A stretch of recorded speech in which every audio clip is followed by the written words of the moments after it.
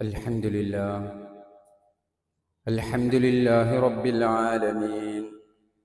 نحمده ونستعينه ونؤمن به ونتوكل عليه، ونعوذ بالله من شرور أنفسنا ومن سيئات أعمالنا.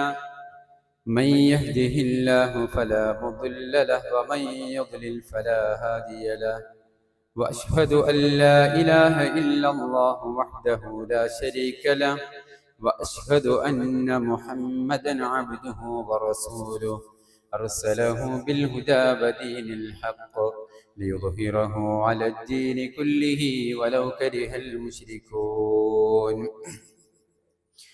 اللهم صل على محمد وعلى آل محمد كما صليت على إبراهيم وعلى آل إبراهيم إنك حميد مجيد. أما بعد فإن خير الكلام كلام الله، وخير السنن سنن محمد صلى الله عليه وسلم، وشر الأمور محدثاتها، وكل محدثة بدعة، وكل بدعة ضلالة، وكل ضلالة في النار. أعوذ بالله السميع العليم من الشيطان الرجيم. يا أيها الذين آمنوا اتقوا الله حق تقاته ولا تموتن إلا وأنتم مسلمون. يا أيها الذين آمنوا اتقوا الله وقولوا قولا سديدا يصلح لكم أعمالكم ويغفر لكم ذنوبكم، ومن يطع الله ورسوله فقد فاز فوزا عظيما. بسم الله الرحمن الرحيم. يا أيها الذين آمنوا قوا أنفسكم وأهليكم نارا وقودها الناس والحجارة عليها ملائكة غلاظ شداد لا يعصون الله ما أمرهم ويفعلون ما يؤمرون. സ്നേഹം നിറഞ്ഞ സത്യവിശ്വാസികളെ, വിശ്വാസിനികളെ, റഹ്മാനും റഹീമുമായ അല്ലാഹു സുബ്ഹാനഹു വ തആലയുടെ വിധിവിലക്കുകളും നിയമനിർദ്ദേശങ്ങളും ജീവിതത്തിൻ്റെ മുഴുവൻ മേഖലകളിലും കാത്തു സൂക്ഷിച്ച് അള്ളാഹുവിൻ്റെ തൃപ്തിക്ക് പാത്രമാകുന്ന രൂപത്തിൽ തഖ്വയിൽ അധിഷ്ഠിതമായ ജീവിതം നയിക്കണേ എന്ന് ആമുഖമായി എന്നെയും നിങ്ങളെയും ഓർമ്മപ്പെടുത്തുകയാണ്, വസിയ്യത്ത് ചെയ്യുകയാണ്. അല്ലാഹു സുബ്ഹാനഹു വ തആല നമ്മെ എല്ലാവരെയും അവൻ്റെ മുത്തഖീങ്ങളായ സ്വാലിഹീങ്ങളായ അടിമകളുടെ കൂട്ടത്തിൽ ഉൾപ്പെടുത്തി അനുഗ്രഹിക്കുമാറാവട്ടെ. സഹോദരങ്ങളെ, ഒരു അധ്യയന വർഷം അവസാനിക്കുന്ന സന്ദർഭത്തിലാണ് നമ്മളുള്ളത്. നമ്മുടെ മക്കളൊക്കെ പരീക്ഷാ ചൂടിലാണ്. പരീക്ഷകൾ അതവസാനിക്കുകയും ഒരു പുതിയ അധ്യയന വർഷത്തിലേക്ക് പ്രവേശിക്കുകയുമാണ് രക്ഷിതാക്കളും മക്കളും വിദ്യാർത്ഥികളുമൊക്കെ. ഈ ഒരു സന്ദർഭത്തിൽ നമ്മൾ ശ്രദ്ധിക്കേണ്ട, നമ്മൾ മനസ്സിലാക്കേണ്ട ചില കാര്യങ്ങൾ, ഒരു മുസ്ലിം എന്നുള്ള നിലക്ക്, ഒരു വിശ്വാസി എന്നുള്ള നിലക്ക് നമ്മളൊക്കെ ആലോചിക്കേണ്ട ചില കാര്യങ്ങൾ നമ്മുടെ ശ്രദ്ധയിൽ ഉണ്ടായിരിക്കേണ്ടതാണ്. പുതിയ ക്ലാസ്സുകളിലേക്ക് പരീക്ഷകൾ കഴിഞ്ഞ് ആ ഒരു വെക്കേഷനും കഴിഞ്ഞ് കുട്ടികൾ പുതിയ ക്ലാസ്സുകളിലേക്ക് പ്രവേശിക്കുമ്പോൾ, അതല്ലെങ്കിൽ SSLC പരീക്ഷകൾ പോലെയുള്ള പരീക്ഷകൾ കഴിഞ്ഞ് ഉപരിപഠനത്തിന് വേണ്ടി പുതിയ നാടുകളിലേക്ക്, പുതിയ ക്യാമ്പസുകളിലേക്ക്, പുതിയ സ്ഥാപനങ്ങളിലേക്ക്, പുതിയ കോഴ്സുകളിലേക്കൊക്കെ കുട്ടികൾ പ്രവേശിക്കുമ്പോൾ നമ്മൾ ഓരോരുത്തരും ഏത് കോഴ്സാണ് എടുക്കുന്നത് എന്നും ഏത് സ്ഥാപനമാണ് അനുയോജ്യമായ സ്ഥാപനം എന്നും ഒക്കെ കൃത്യമായി പഠിക്കുകയും മനസ്സിലാക്കുകയും അതിനെക്കുറിച്ചിട്ടുള്ള അന്വേഷണങ്ങളൊക്കെ നടത്തുകയും ചെയ്യുന്ന സന്ദർഭങ്ങളുമാണ് രക്ഷിതാക്കൾക്കും അതുപോലെ തന്നെ വിദ്യാർത്ഥികൾക്കും ഒക്കെ ഉള്ളത്.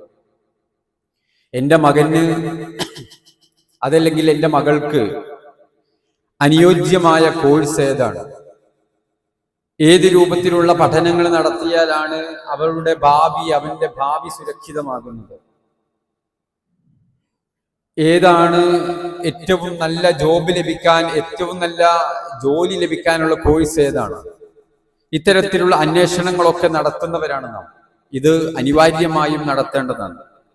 അത് ഒരു രക്ഷിതാവെന്നുള്ള നിലക്ക് നമ്മുടെ ഉത്തരവാദിത്തമാണ്. നമ്മുടെ മക്കളുടെ ഭാവി സുരക്ഷിതമാക്കുന്നതിന് വേണ്ടി അവർ ഏതു തരത്തിലുള്ള വിദ്യയാണ് കരസ്ഥമാക്കുന്നത് അത് അന്വേഷിക്കുകയും അതിനെക്കുറിച്ച് പഠനങ്ങൾ, ഗവേഷണങ്ങൾ നടത്തുകയും ഏറ്റവും നല്ല ഒരു കോഴ്സിലേക്ക് അവർക്ക് എത്രയും പെട്ടെന്ന് തന്നെ ജോലി ലഭിക്കുന്ന ഏറ്റവും നല്ല ഒരു വിദ്യാഭ്യാസ രീതിയിലേക്ക് കടന്നു ചെല്ലുക എന്നുള്ളത്, അതിലേക്ക് മക്കളെ കൈപിടിച്ച് കൊണ്ടുപോവുക എന്നുള്ളത് ഒരു പാരന്റ്, ഒരു രക്ഷിതാവ് എന്നുള്ള നിലയ്ക്ക് നമ്മുടെ ഉത്തരവാദിത്തമാണ്.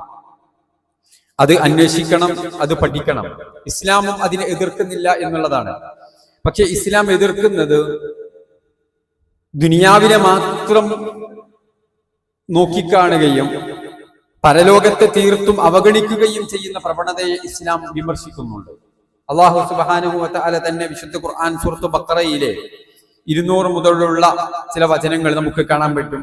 നമ്മളൊക്കെ പലപ്പോഴും പ്രാർത്ഥിക്കുന്ന ഒരു പ്രാർത്ഥനയാണ് റബ്ബന ആതിനാ ഫിദ്ദുനിയ ഹസന എന്നുള്ള പ്രാർത്ഥന. ആ പ്രാർത്ഥനയുമായി ബന്ധപ്പെട്ടിട്ട് അല്ലാഹു സുബ്ഹാനഹു വ തആല പറയുന്നത് കാണാം 200-ാമത്തെ വചനത്തിൽ, സൂറത്തുൽ ബഖറയിലെ 200-ാമത്തെ ആയത്തിൽ, ഫമിനൻ നാസി മൻ യഖൂലു റബ്ബനാ ആതിനാ ഫിദ്ദുനിയ വമാ ലഹു ഫിൽ ആഖിറതി മിൻ ഖലാഖ്. ചില ആളുകളുണ്ട്, അവരുടെ പ്രാർത്ഥന റബ്ബന ആതിന ഫിദ്ദുനിയ, പടച്ചവനെ ഫിദ്ദുനിയ, ദുനിയാവിൽ ഞങ്ങൾക്ക് നൽകണേ എന്നായി.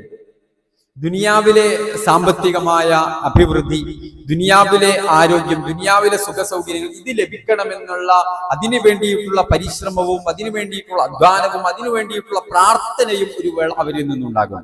എന്നാൽ അവർക്ക് പരലോകത്തൊന്നും ഉണ്ടാകില്ല. കാരണം അവർ ചോദിച്ചതും അവരധ്വാനിച്ചതും അവർ പരിശ്രമിച്ചതൊക്കെ ദുനിയാവിന് വേണ്ടി മാത്രമാണ്. അവർക്ക് പരലോകത്ത് എന്തെങ്കിലും ഒന്ന് നിക്ഷേപിക്കാൻ, പരലോകത്തേക്ക് വേണ്ടി നിക്ഷേപിക്കാൻ അവർക്ക് സാധ്യമല്ല. പരലോകത്ത് അവർക്കൊന്നും ലഭ്യവുമല്ല എന്ന് അല്ലാഹു സുബ്ഹാനഹു വ തആല.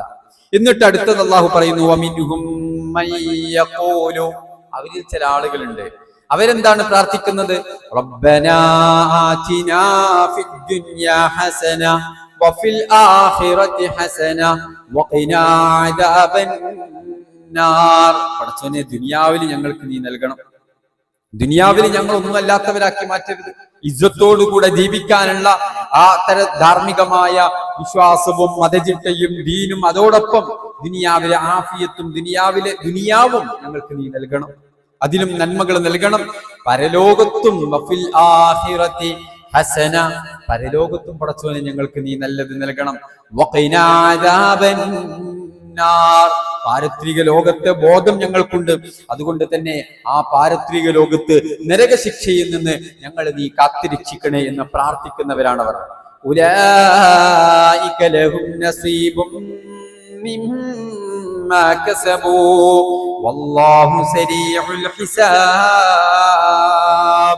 അവരുടെ അധ്വാനത്തിന്റെ ഫലം അവർക്ക് കിട്ടും. ദുനിയാവിലെ അധ്വാനത്തിന്റെ ഫലം ദുനിയാവിൽ അവർക്ക് ഉണ്ടാകും. ദുനിയാവിൽ നിന്ന് പരലോകത്തേക്ക് വേണ്ടി അവർ നിക്ഷേപിച്ചു വെച്ചിട്ടുണ്ടോ, അതിനുവേണ്ടി അവർ അധ്വാനിച്ചിട്ടുണ്ടോ, പരിശ്രമിച്ചിട്ടുണ്ടോ, അതും അവർക്കുണ്ടാകും. അള്ളാഹു അതിവേഗതയിൽ ഹിസാബ് വിചാരണ നടത്തുന്നവനാണ് എന്ന് അള്ളാഹു സുബ്ഹാനഹു വ തആല പറയാൻ. അഥവാ അള്ളാഹു ഇവിടെ വിമർശിക്കുന്നത് ആരെയാണ്? പരലോകത്തൊന്നും ലഭിക്കില്ല എന്ന് പറഞ്ഞത് ആർക്കാണ്? ദുനിയാവിനെ മാത്രം പുൽകുകയും പരലോകത്തെ വിസ്മരിക്കുകയും ചെയ്ത ആളുകൾ. എന്നാൽ ഒരു വിശ്വാസിയെ സംബന്ധിച്ചിടത്തോളം അല്ലാഹു സുബ്ഹാനഹു വ തആല നമുക്ക് പഠിപ്പിക്കുന്നത് ഇങ്ങനെ ചോദിക്കാമെന്നാണ്, ഇങ്ങനെ പരിശ്രമിക്കാമെന്നാണ്. ദുനിയാവിന് വേണ്ടി അധ്വാനിക്കാം, അതിന് ഇസ്ലാം വിമർശിക്കുന്നില്ല, നിരുത്സാഹപ്പെടുത്തുന്നില്ല. ഇസ്ലാം പ്രോത്സാഹിപ്പിക്കുന്നതായ പ്രവാചക വചനങ്ങളും ഖുർആനിന്റെ അധ്യാപനങ്ങളും നമുക്ക് ഒരുപാട് ആയത്തുകളിലൂടെ കാണാം. ജുമുഅ നമസ്കാരം കഴിഞ്ഞാൽ പിന്നെയും നിങ്ങൾ പള്ളിയിൽ ഇങ്ങനെ ഇരിക്കണം എന്നല്ല, നിങ്ങൾ ബാങ്ക് വിളിച്ചു കഴിഞ്ഞാൽ വെള്ളിയാഴ്ച പള്ളിയിലേക്ക് വരണം. എന്നാൽ പിന്നെ നിങ്ങൾ പോണം, നിങ്ങളെ മൈശത്വമായിട്ട് ബന്ധപ്പെട്ട് കച്ചവടമോ കൃഷിയോ ജോലിയോ എന്താ പിന്നെയും പള്ളിയിൽ ഇങ്ങനെ ഇരിക്കുകയല്ല. പിന്നെ നിങ്ങൾ എന്ത് ചെയ്യണം? ദുനിയാവിലേക്ക് അവിടെ ചെന്നിട്ട് ദുനിയാവിന് വേണ്ടിയിട്ട് നിങ്ങൾ അധ്വാനിക്കണമെന്ന് അള്ളാഹു തന്നെ പഠിക്കും. ഇങ്ങനെ ഒരുപാട് വചനങ്ങൾ നമുക്ക് കാണാൻ പറ്റും. ഇസ്ലാം ഇതിനെ നിരുത്സാഹപ്പെടുത്തുന്നില്ല എന്നർത്ഥം. പക്ഷെ നിരുത്സാഹപ്പെടുത്തുന്നത് പരലോകത്തെ വിസ്മരിച്ചുകൊണ്ടുള്ള ഒരു ജീവിതമാണ്. ഇവിടെ ഇത് നമ്മുടെ ജീവിതവുമായി ബന്ധപ്പെട്ട് അല്ലെങ്കിൽ നമ്മുടെ മക്കളുടെ വിദ്യാഭ്യാസവുമായി ബന്ധപ്പെട്ടും ഒരു രക്ഷിതാവ് ബോധവാനാവേണ്ടത് ആ രൂപത്തിൽ തന്നെയാണ്. തീർത്തും പരലോകത്തെ മറന്നുകൊണ്ട്, പരലോകത്തെ വിസ്മരിച്ചുകൊണ്ട്, പരലോക ബോധം മക്കൾക്ക് ലഭിക്കാതെയുള്ള ഒരു വിദ്യാഭ്യാസമാണ് നമ്മൾ മക്കൾക്ക് നൽകുന്നത് എങ്കിൽ അത് നമുക്കും നമ്മുടെ മക്കൾക്കും തീരാ നഷ്ടവും ദുരന്തവുമായിരിക്കും വരുത്തി വെക്കുക എന്നുള്ളത് വിഷയം നമ്മൾ മനസ്സിലാക്കേണ്ടതുണ്ട്. ഗൗരവത്തോടുകൂടെ ഒരു രണ്ട് ലക്ഷ്യബോധങ്ങളാണ് നമ്മുടെ മക്കളുടെ ഹൃദയങ്ങളിലേക്ക് വളരെ ചെറുപ്പത്തിൽ തന്നെ നമുക്ക് നട്ടുപിടിപ്പിക്കാനുള്ളത്. അതിലൊന്നാമത്തത് ഈ പരലോക ചിന്തയാണ്, പരലോകത്തെ വിജയമാണ്. പാരത്രിക ലോകത്ത് അവിടെയാണ് ശരിയായ വിജയം എന്നുള്ളത്, ഏറ്റവും ആത്യന്തികമായ വിജയം എന്നുള്ളത്.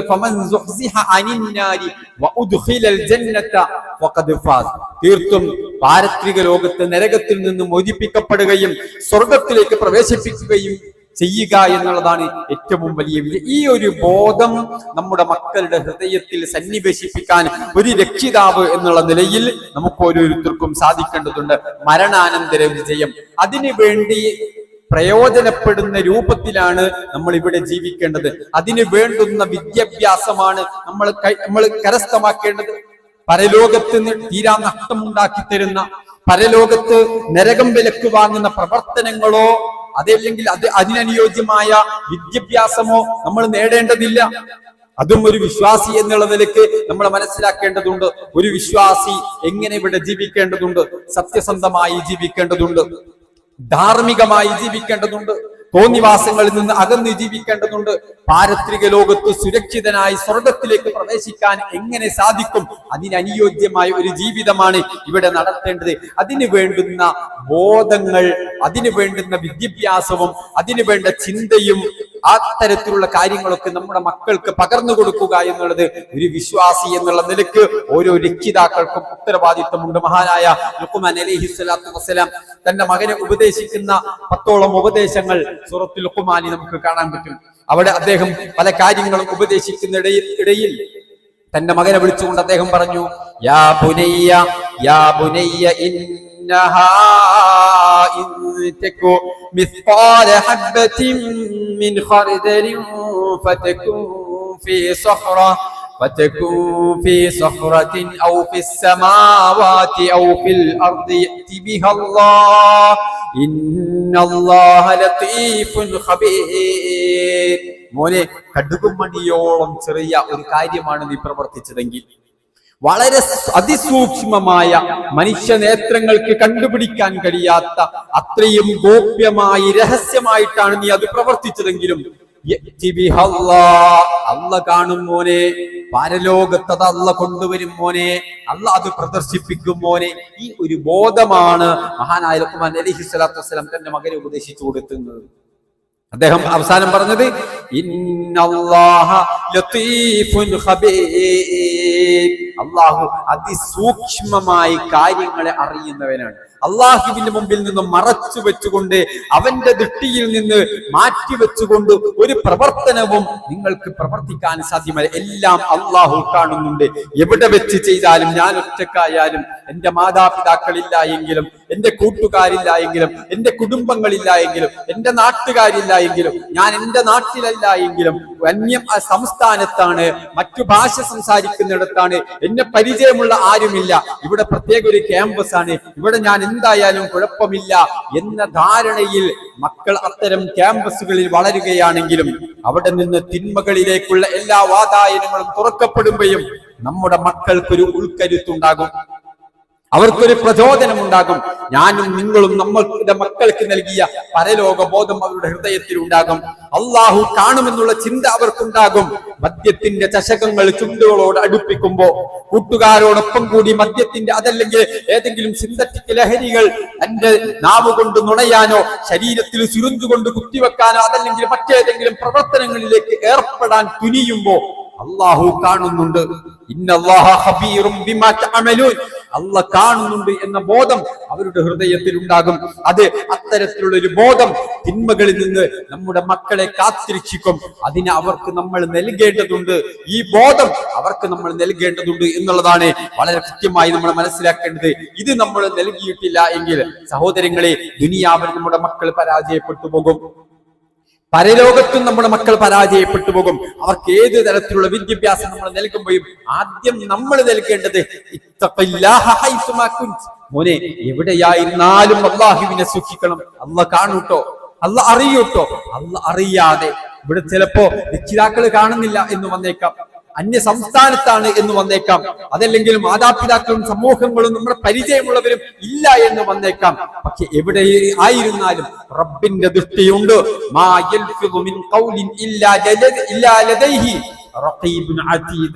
മാലാഖമാരെ രേഖപ്പെടുത്താതെ പൊന്നുമോൻ ഒന്നും പ്രവർത്തിക്കാൻ സാധ്യമല്ല. ഇതൊക്കെ പരസ്യമാക്കുന്ന ഒരു ലോകം, മരണാനന്തര ലോകം വരാനുണ്ട് എന്ന കൃത്യവും വ്യക്തവുമായ ബോധം നമ്മുടെ മക്കൾക്ക് നൽകുക എന്നുള്ളതാണ് ഒരു രക്ഷിതാവ് എന്നുള്ള നിലക്ക് ഒന്നാമതായി നമ്മൾ നിർവഹിക്കേണ്ടത്. മക്കളുടെ വിദ്യാഭ്യാസവുമായിട്ട് നമ്മൾ ശ്രദ്ധിക്കേണ്ട ഒന്നാമത്തെ വിഷയം അതാണ്. രണ്ടാമത്തെ നമ്മൾ ശ്രദ്ധിക്കേണ്ടത് നമ്മുടെ മക്കൾ ഏത് കോഴ്സാണ് എടുക്കുന്നത് എന്ന് നമ്മളും കൂടെ ഒന്നറിയേണ്ടതുണ്ട്. പലപ്പോഴും ചോദിക്കുന്ന പണം കൊടുക്കുകയും അതിന് ഡൊണേഷൻ കൊടുക്കണമെങ്കിൽ അതും കൊടുക്കുകയും മാസാമാസം ഫീസ് കൊടുക്കുകയും ആയി മാറുന്ന ഒരു ATM മെഷീൻ എന്നതിനപ്പുറത്തേക്ക് ഒരു രക്ഷിതാവ് ഉയർന്നു ചിന്തിക്കേണ്ടതുണ്ട്. പലരും ഇന്നത്തരം വിഷയങ്ങളിലൊക്കെ ശ്രദ്ധ പുലർത്തുന്നവരാണ്, എങ്കിലും കുറച്ചുകൂടെ ആ വിഷയത്തിൽ നമ്മൾ ഉയരേണ്ടതുണ്ട്. നമ്മൾ അതിനെക്കുറിച്ച് അന്വേഷിക്കേണ്ടതുണ്ട്. നമ്മുടെ മക്കൾ ഏത് കോഴ്സാണ് എടുക്കുന്നത്? ഈ കോഴ്സ് എടുത്താൽ എന്റെ മകന് 4-5 വർഷം, എന്റെ മകളുടെ ജീവിതത്തിലെ വിലപ്പെട്ട 4-5 വർഷമാണത്. അത് വെറുതെ കളയാൻ പാടില്ല. അത് അവരുടെ പക്വതയില്ലായ്മ കൊണ്ട് ഏതെങ്കിലും എന്റെ കൂട്ടുകാരികൾ പോകുന്നത് ഈ കോഴ്സിനാണ്, അതുകൊണ്ട് ഞാനും ഈ കോഴ്സിന്, എന്റെ കൂട്ടുകാരൊക്കെ പോകുന്നത് ഈ കോഴ്സിനാണ്, അതുകൊണ്ട് ഞാനും ഈ കോഴ്സിന്, അവരൊക്കെ ഇന്ന സ്ഥാപനത്തിലാണ്, അതുകൊണ്ട് ഞാനും അവിടെയാണ് എന്ന ചിന്താഗതി നമ്മൾ മാറ്റിയെടുക്കണം. നമ്മുടെ ജീവിതത്തിലെ, നമ്മുടെ മക്കളുടെ, പ്രിയപ്പെട്ട മക്കളുടെ ജീവിതത്തിലെ വിലപ്പെട്ട വർഷങ്ങളാണ് നഷ്ടപ്പെടുന്നത്. അത് നഷ്ടപ്പെട്ടാൽ നമ്മൾ അവരുടെ പക്വതയില്ലായ്മ അതിന് കാരണമായിക്കൂടാ. പക്വതയുള്ള രക്ഷിതാക്കൾ എന്നുള്ള നിലക്ക് ഒരു പക്ഷേ നമ്മൾ ഒരു കൂലിപ്പണിക്കാരനായിരിക്കും, നമുക്ക് വിദ്യാഭ്യാസം കുറവായിരിക്കും. പക്ഷേ അവിടെ നമ്മൾ ശ്രദ്ധിക്കേണ്ടത് ഇന്ന് കരിയർ ഗൈഡൻസുകളുണ്ട്, കൗൺസിലിംഗ് സെന്ററുകളുണ്ട്. അത്തരം നമ്മുടെ മക്കൾക്ക് അനുയോജ്യമായ അവരുടെ സ്കിൽ എന്താണ്, അവരുടെ കഴിവുണ്ട് എന്താണ്, നമ്മുടെ മക്കൾക്ക് ലഭിക്കേണ്ട കോഴ്സ് ഏത് കോഴ്സാണ് അവർ തിരഞ്ഞെടുക്കുക, ഇതൊക്കെ നമുക്ക് പറഞ്ഞു തരാനുള്ള സംഘങ്ങൾ ഇന്ന് നമ്മുടെ നാടുകളുണ്ട്. അത് നമ്മൾ പ്രയോജനപ്പെടുത്തേണ്ടതുണ്ട്. അതൊന്നും എനിക്കറിയില്ല, ഓള് പറഞ്ഞു ഇന്നതാന്ന്, ഓൾ അങ്ങോട്ടപ്പോന്നുള്ള കൂട്ടുകാരികളൊക്കെ, ഈ ചിന്താഗതി നമ്മൾ മാറ്റിയെടുക്കേണ്ടതുണ്ട്. കാരണം നമ്മുടെ മക്കളെ കുറിച്ച് നമ്മൾ ബോധവാന്മാരാവേണ്ടതുണ്ട്. അവർക്ക് ആവശ്യമായത് നൽകാൻ ഒരു പേരന്റ്, ഒരു രക്ഷിതാവ് എന്നുള്ള നിലയ്ക്ക് നമുക്ക് ഉത്തരവാദിത്വമുണ്ട്, ചുമതലയുണ്ട് എന്ന് നമ്മൾ ഓരോരുത്തരും തിരിച്ചറിയേണ്ടത്. ഭൂരിഭാഗം ആളുകളും ഒരു കൂടക്കുടികളായി ഒരു ഒഴുക്കിനോടൊപ്പം ഒഴുകുന്ന രീതിയാണ് പലപ്പോഴും കാണുന്നത്. നമുക്ക് ആവശ്യമുള്ളത് തിരഞ്ഞെടുക്കുന്നവരല്ല പലരും. കുട്ടികൾ അത് അവരുടെ പക്വതക്കുറവാണ്. അവരെ സംബന്ധിച്ചിടത്തോളം ഭാവിയെ കുറിച്ചുള്ള ചിന്തയോ വിവേചന ശക്തിയോ വിവേകത്തോടു കൂടെ കാര്യങ്ങൾ തിരിച്ചറിയാനുള്ള കഴിവ് ഒരു പക്ഷേ നമ്മുടെ മക്കൾക്കില്ല എന്ന് വന്നേക്കാം. പക്ഷെ അവിടെ കൃത്യമായി അന്വേഷണങ്ങളും പഠനങ്ങളും നടത്തി ചോദിച്ചറിയേണ്ടത് ചോദിക്കേണ്ടവരോട്, വിവരമുള്ളവരോട് ചോദിച്ചറിഞ്ഞുകൊണ്ട് അവരുടെ വിദ്യാഭ്യാസത്തിന്റെ കാര്യത്തിൽ നമ്മൾ ഓരോരുത്തരും ശ്രദ്ധിക്കണം എന്നുള്ളതാണ് അഭിഷേകമായിട്ട് സൂചിപ്പിക്കാനുള്ളത്. അതേ രൂപത്തിൽ തന്നെ നമ്മൾ മനസ്സിലാക്കേണ്ടത്, സഹോദരങ്ങളെ, ഇതൊന്നും നമ്മൾ ശ്രദ്ധിച്ചിട്ടില്ല എങ്കിൽ ഇതൊന്നും നമ്മൾ ശ്രദ്ധിച്ചിട്ടില്ല എങ്കിൽ ദീനിന്റെ വിഷയം നമ്മൾ ശ്രദ്ധിക്കുന്നില്ല. അതല്ലെങ്കിൽ അവരുടെ ഏതൊരു സ്ഥാപനത്തിലേക്കാണ്, അതും നമ്മൾ ശ്രദ്ധിക്കേണ്ട വിഷയമാണ്. ഏത് സ്ഥാപനത്തിലാണ് എന്റെ മകൻ പഠിക്കുന്നത്, ഏത് ക്യാമ്പസിലാണ് എന്റെ മകൻ പഠിക്കുന്നത്, അവിടെ ഒരു മുസ്ലിം എന്നുള്ള നിലക്ക്, ഒരു മുഅ്മിൻ എന്നുള്ള നിലക്ക്, ഒരു വിശ്വാസി എന്നുള്ള നിലക്ക് എന്റെ മകന്, എന്റെ മകൾക്ക് 5 വക്ത് നമസ്കരിക്കാനുള്ള സൗകര്യമുണ്ടോ? പള്ളിയുള്ള ക്യാമ്പസാണ്, ക്യാമ്പസിനകത്ത് നമസ്കരിക്കാനുള്ള പള്ളിയുണ്ടോ? അതല്ലെങ്കിൽ തൊട്ടടുത്ത് പള്ളിയുണ്ടോ? പള്ളിയിലേക്ക് പോകാനും നമസ്കരിക്കാനും ഒക്കെയുള്ള സൗകര്യങ്ങൾ എന്റെ മകൾക്ക്, എന്റെ മകനുണ്ടോ? ധാർമ്മികമായി ജീവിക്കാനുള്ള സാഹചര്യങ്ങൾ എന്റെ മകനുണ്ടോ, എന്റെ മകൾക്കുണ്ടോ? ഇതൊരു രക്ഷിതാവ് എന്നുള്ള നിലക്ക് സഹോദരങ്ങളെ എത്രയെത്ര കുട്ടികളാണ് ഈ രൂപത്തിലുള്ള ചിന്തകളില്ലാത്ത വെറും ഭൗതികമായ വിദ്യാഭ്യാസത്തിന്റെ പിറകിൽ മാത്രം പോവുകയും ഇത്തരത്തിലുള്ള ദീനി ചുറ്റുപാടുകളെ കുറിച്ച് അന്വേഷിക്കുകയോ പഠിക്കുകയോ ചെയ്യാതെ കുട്ടികൾ പോകുമ്പോ പലരും പലതരത്തിലുള്ള അപകടങ്ങളിലേക്ക് പോകുന്നു. നമസ്കാരം പൂർണ്ണമായിട്ട് ഉപേക്ഷിക്കുന്ന കുട്ടികളുണ്ട്. അവിടെ ചെന്നിട്ട് ചോദിക്കും, ഇവിടെ പള്ളിയൊന്നുമില്ല ഉസ്താദേ, എങ്ങനെയാ നിസ്കരിക്കുക? കിബില എങ്ങോട്ടാന്നറിയില്ല, ഇവിടുന്ന് ആരും നിസ്കരിക്കലില്ല, എന്താക്കും? വെള്ളിയാഴ്ച ഞാൻ എന്താ ചെയ്യേണ്ടത്? ഇത്തരം സംശയങ്ങൾ കുട്ടികൾ നാട്ടിലെ മസ്ജിദിലെ ഇമാമുകളെ വിളിച്ചിട്ട് അന്വേഷിക്കുമ്പോ അതിന് ഉത്തരവാദി ആരാണ് എന്ന് ഓരോ രക്ഷിതാക്കളും നമ്മൾ ഓരോരുത്തരും അന്വേഷിക്കേണ്ടത്. സഹോദരങ്ങളെ, ഇതൊന്നും അന്വേഷിക്കാതെയാണ്, ഇതിലൊന്നും നമ്മളൊരു ജോലി മാത്രം, എന്റെ മകൾ ഡോക്ടർ ആവണം, എഞ്ചിനീയർ ആവണം, അതല്ലെങ്കിൽ മറ്റേതെങ്കിലും ഒരു ഉന്നതമായ അവസ്ഥയിലേക്ക് എത്തണം, ഇത് മാത്രമാണ് ഇതിൽ ഇസ്ലാം വിമർശിക്കുന്നില്ലെന്ന് മാത്രമല്ല, ഇസ്ലാം പ്രോത്സാഹിപ്പിക്കുന്നുണ്ട്. ഇതെല്ലാം ഏറ്റവും ഉന്നതമായ ഭൗതികമായ രീതിയിൽ നമ്മുടെ മക്കൾ ഉയർന്നു വരട്ടെ, ഗവൺമെന്റ് തലങ്ങളിലേക്ക് നമ്മുടെ മക്കൾ ഉയർന്നു വരട്ടെ, ഉന്നതമായ സ്ഥാനങ്ങളിലൊക്കെ നമ്മുടെ മക്കൾ ഉണ്ടാവട്ടെ. പക്ഷേ അവിടെ മതബോധമുള്ള, ആദർശബോധമുള്ള, തഖ്വയുള്ള മക്കളായി വളരണം അവർ. അതിനു വേണ്ട വിദ്യാഭ്യാസങ്ങൾ കൊടുക്കാനും അതിനു വേണ്ടിയുള്ള മതബോധം കൊടുക്കാനും നമ്മൾ ഓരോരുത്തരും ശ്രദ്ധിച്ചിട്ടില്ല എങ്കിൽ സഹോദരങ്ങളെ അപകടമായിരിക്കും. ഭാവിയിൽ നമ്മുടെ മക്കൾക്ക് അപകടം ഉണ്ടാകുമെന്നുള്ളതാണ് അള്ളാഹുവും പ്രവാചകനും നമുക്ക് പഠിപ്പിച്ചു തരുന്നത്. ഒരു വർഷം നമ്മൾ ആദ്യം ആ കുട്ടി പോകും, ദീനി ചുറ്റുപാടിൽ ജീവിച്ച കുട്ടിയാണ്, നമസ്കാരം കൃത്യമായിട്ടുണ്ടായിരുന്നു, ഇസ്ലാമിക വസ്ത്രം ധരിച്ച കുട്ടിയാണ്. ഒന്നാമത്തെ പോക്ക് പോയി തിരിച്ചു വരുമ്പോ അവരുടെ പാന്റിന്റെ നീളൊക്കെ കൂടിയിട്ടുണ്ട്, അതല്ലെങ്കിൽ ഇസ്ലാമിക വസ്ത്രധാരണത്തിലൊക്കെ ചില മാറ്റങ്ങൾ വന്നിട്ടുണ്ട്. പിന്നെയും ഒരു 5-6 മാസം കഴിയുമ്പോ നിസ്കാരത്തിന്റെ കാര്യങ്ങളിലൊക്കെ മാറ്റം വന്നിട്ടുണ്ട്. 1 വർഷം കഴിഞ്ഞ്, 2 വർഷം കഴിഞ്ഞ്, 3 വർഷം കഴിഞ്ഞ്, കോഴ്സൊക്കെ കഴിഞ്ഞ് തിരിച്ചു വരുമ്പോഴേക്ക് ധാർമ്മികമായ ചുറ്റുപാടുകളിൽ നിന്ന് പൂർണ്ണമായിട്ട് മാറിയ ഒരുപാട് അവസ്ഥകൾ നമുക്ക് കാണാൻ കഴിയും. ഒരുപാട് കുട്ടികൾ ലിബറൽ ചിന്തകളിലേക്ക് പോകുന്നത് ധാർമ്മികമായ വിദ്യാഭ്യാസം രക്ഷിതാക്കൾ നമ്മൾ നൽകാത്തത് കൊണ്ടാണ്, നമ്മൾ കൊടുക്കാത്തത് കൊണ്ടാണ്. ഇവിടെ നമ്മൾ ശ്രദ്ധിക്കേണ്ടതുണ്ട്. നമ്മുടെ മക്കൾക്ക് ചെറുപ്പം മുതൽ കൊടുക്കാൻ നമുക്ക് സാധിക്കേണ്ടതുണ്ട്. അള്ളാഹുവിനെ കുറിച്ചുള്ള കൃത്യമായ ബോധം നമ്മൾ നൽകുന്നുണ്ടോ? പലപ്പോഴും മദ്രസ കാലഘട്ടം മുതൽ തന്നെ 5ാം ക്ലാസ് വരെ ആയിക്കഴിഞ്ഞാൽ മക്കൾക്കെല്ലാം തികഞ്ഞു എന്ന ചിന്തയാണ് പല രക്ഷിതാക്കൾക്കും ഉള്ളത്. ഇനി എന്തിനാ 6ാം ക്ലാസ്സിലേക്കൊക്കെ മക്കളെ മദ്രസ പറഞ്ഞേക്കുന്നത്? മാത്രമല്ല, അവരുടെ സ്കൂൾ വണ്ടി നേരത്തെ തന്നെ വരുമല്ലോ, അതുകൊണ്ട് സ്കൂളിലേക്ക് നേരത്തെ പറഞ്ഞേക്കണം, മദ്രസ തൽക്കാലം നിർത്തിക്കളയാന്ന. ഇത്തരം മക്കളാണ് ഭാവിയിൽ അള്ളാഹുവാണ് നമ്മളെ സൃഷ്ടിച്ചത് എങ്കിൽ പിന്നെ അള്ളാഹിനെ സൃഷ്ടിച്ചത് ആരാണ് എന്ന് ഒരു ക്യാമ്പസിലേക്ക് ഉപരിപഠനത്തിന് പോകുമ്പോ അവിടെ നിന്നൊരു ചോദ്യം ഒരു ലിബറലിന്റെ ഭാഗത്ത് നിന്നുണ്ടാകുമ്പോൾ ശരിയാണല്ലോ, അങ്ങനെയാണ് പിന്നെ പടച്ചോനെ ആരാ സൃഷ്ടിച്ചത്? അപ്പൊ അതൊക്കെ ഇല്ലാത്തത് തന്നെയാണ്, ഞാൻ എന്തിനങ്ങനെ മുസ്ലിം ആകുന്നത്?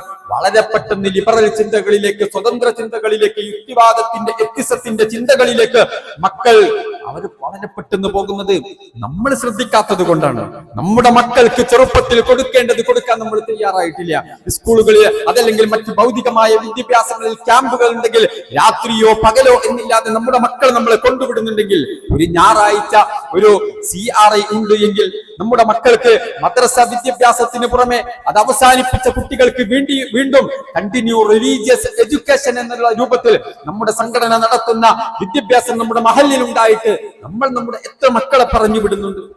അത് ഓക്ക് വലിയ താല്പര്യമില്ലെന്നാ, അത് ഓന് വലിയ താല്പര്യമില്ലെന്നാ. അതേസമയത്ത് മറ്റേതെങ്കിലും ക്യാമ്പുകളാണെങ്കിലോ ഏതെങ്കിലും ഭൗതികമായ വിഷയങ്ങൾക്കാണെങ്കിലോ താല്പര്യമോ അവന്റെ താല്പര്യമോ രക്ഷിതാക്കൾ എന്നുള്ളതിലേക്ക് നാം പരിഗണിക്കുന്നുണ്ടോ?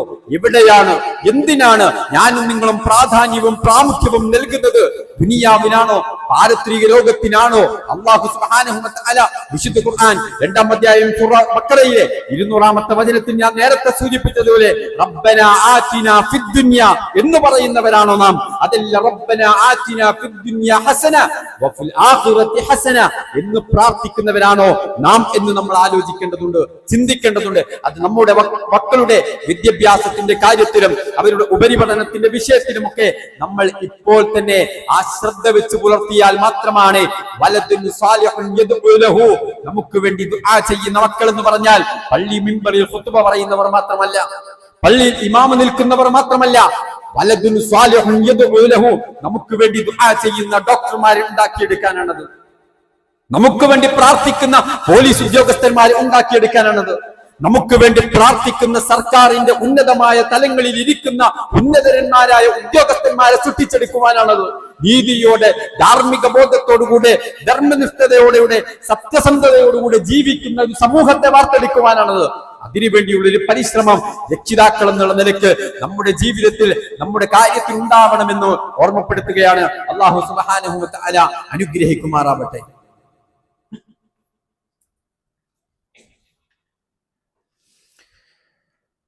അൽഹംദുലില്ലാഹി റബ്ബിൽ ആലമീൻ.